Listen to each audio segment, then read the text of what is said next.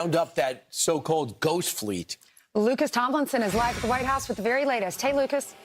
Good morning, Ainsley. Good morning, gentlemen. Right now, officials say the Iran war is at a standoff. The blockade remains in place. The Strait of Hormuz remains closed. President Trump says there is no expiration to the ceasefire, telling our own Martha McCallum on the phone, quote, there is no time pressure on this, that the 3 to 5 day window reported earlier today is false. The blockade scares them even more than the bombing. They've been bombed for years, but the blockade they hate. The Washington Post reporting, even if the shipping lanes are open in the Strait, quote, it could take 6 months to fully clear the Strait of Hormuz of mines deployed by the Iranian military, and any such operation is unlikely to be carried out until the U.S. war with Iran ends, the Pentagon has informed Congress.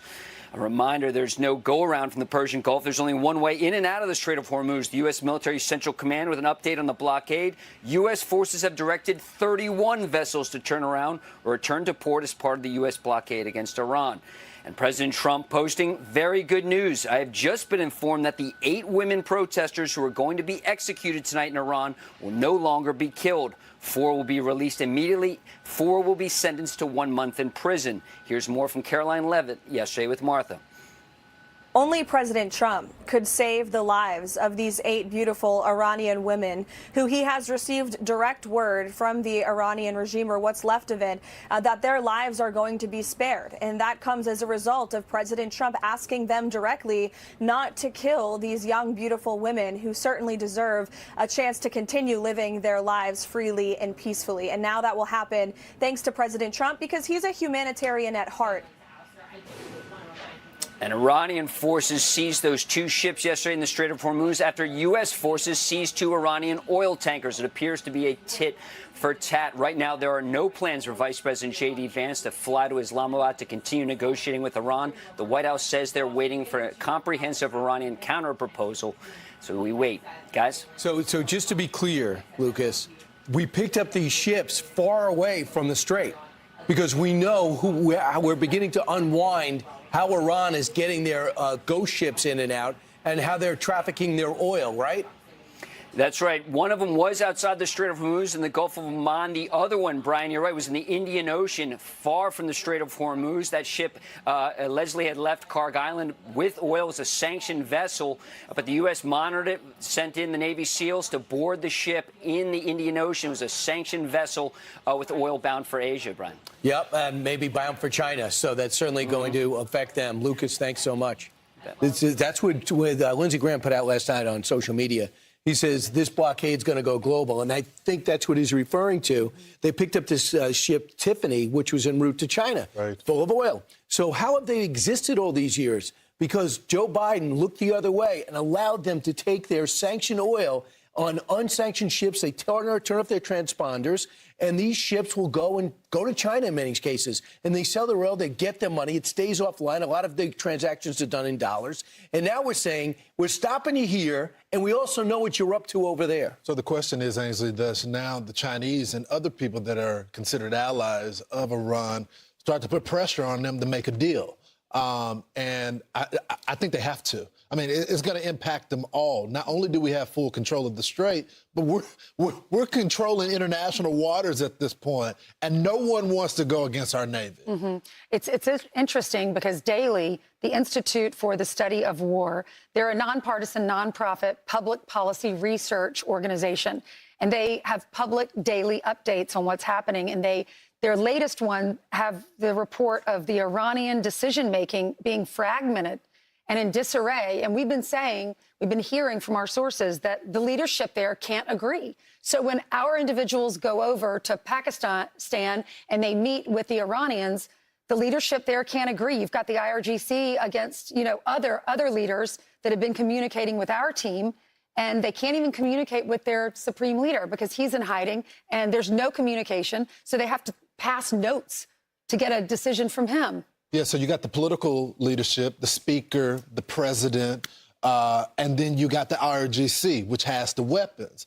And it looks like the IRGC, because they have the weapons, and it doesn't seem like this supreme leader is functioning properly, they're operating with independence. Now, the former supreme leader set it up that way. He set it up that if he was killed and the government was killed, that the IRGC could break out in these little militias, essentially, and they could fire at will. So there's no one really checking them. So if you got the administration that's trying to go back and forth about a deal, but none of it really matters if you can't get the IRGC on board. So you got Egypt, Turkey, as well as Pakistan, trying to get both sides back to the table. And we would fly over there.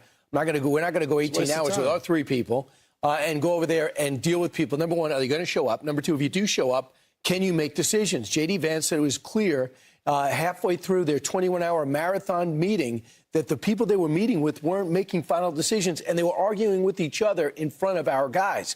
So the question is now, who's making that final decision? What you're referring to, Lawrence, is the mosaic military doctrine that they went through, which means 31 provinces act 31 different game plans in order to stay alive. They looked at what happened with Saddam Hussein being taken out in a matter of months, and they saw the headless Iraq government fall apart. And they said, OK, we got to redo how we do this, because sooner or later we're going to have to confront the U.S. too.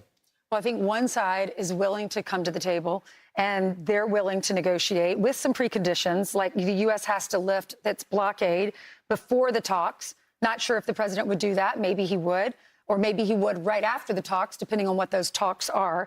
And then the other side, you have this ᗷᖇEᗩKIටිG. He's the IRGC Commander Major General. He appears to have the upper hand, and he's the only senior official who maintains direct access to the supreme leader, and he relays those key decisions. So meanwhile, the White House has this position. We'll let them figure it out.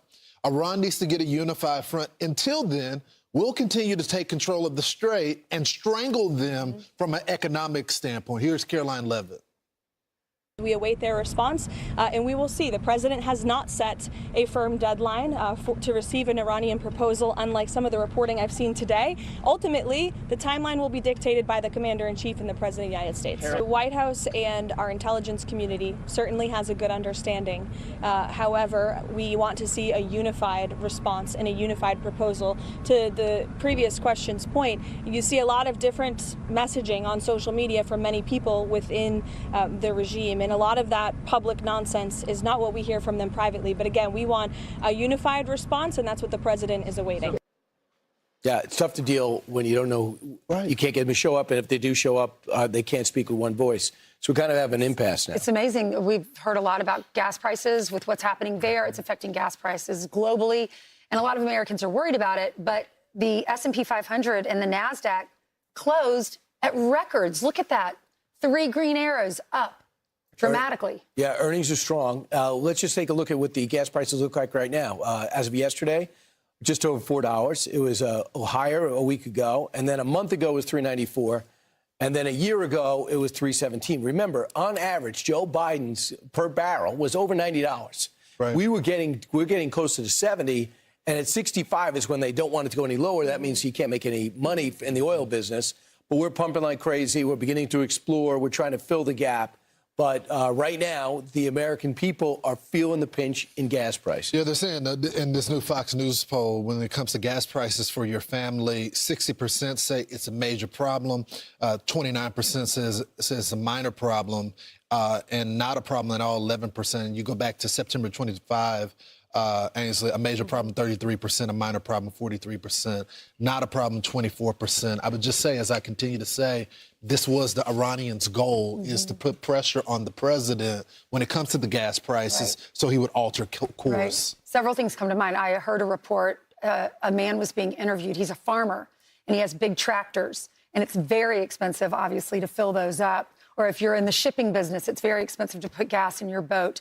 Those are the ones that it affects at a different level. But the other day, I was in Florida, and I'm driving. My daughter wanted Chick-fil-A or something, so I pulled into an intersection, and I saw all these people waiting for gas. I'm like, why this gas station? And I realized it's a BJ's, and I'm not a member of BJ's. Isn't that they have discounted gas, right? So people were willing to wait. I would imagine, based on this line, 30 minutes, 45 minutes to fill up their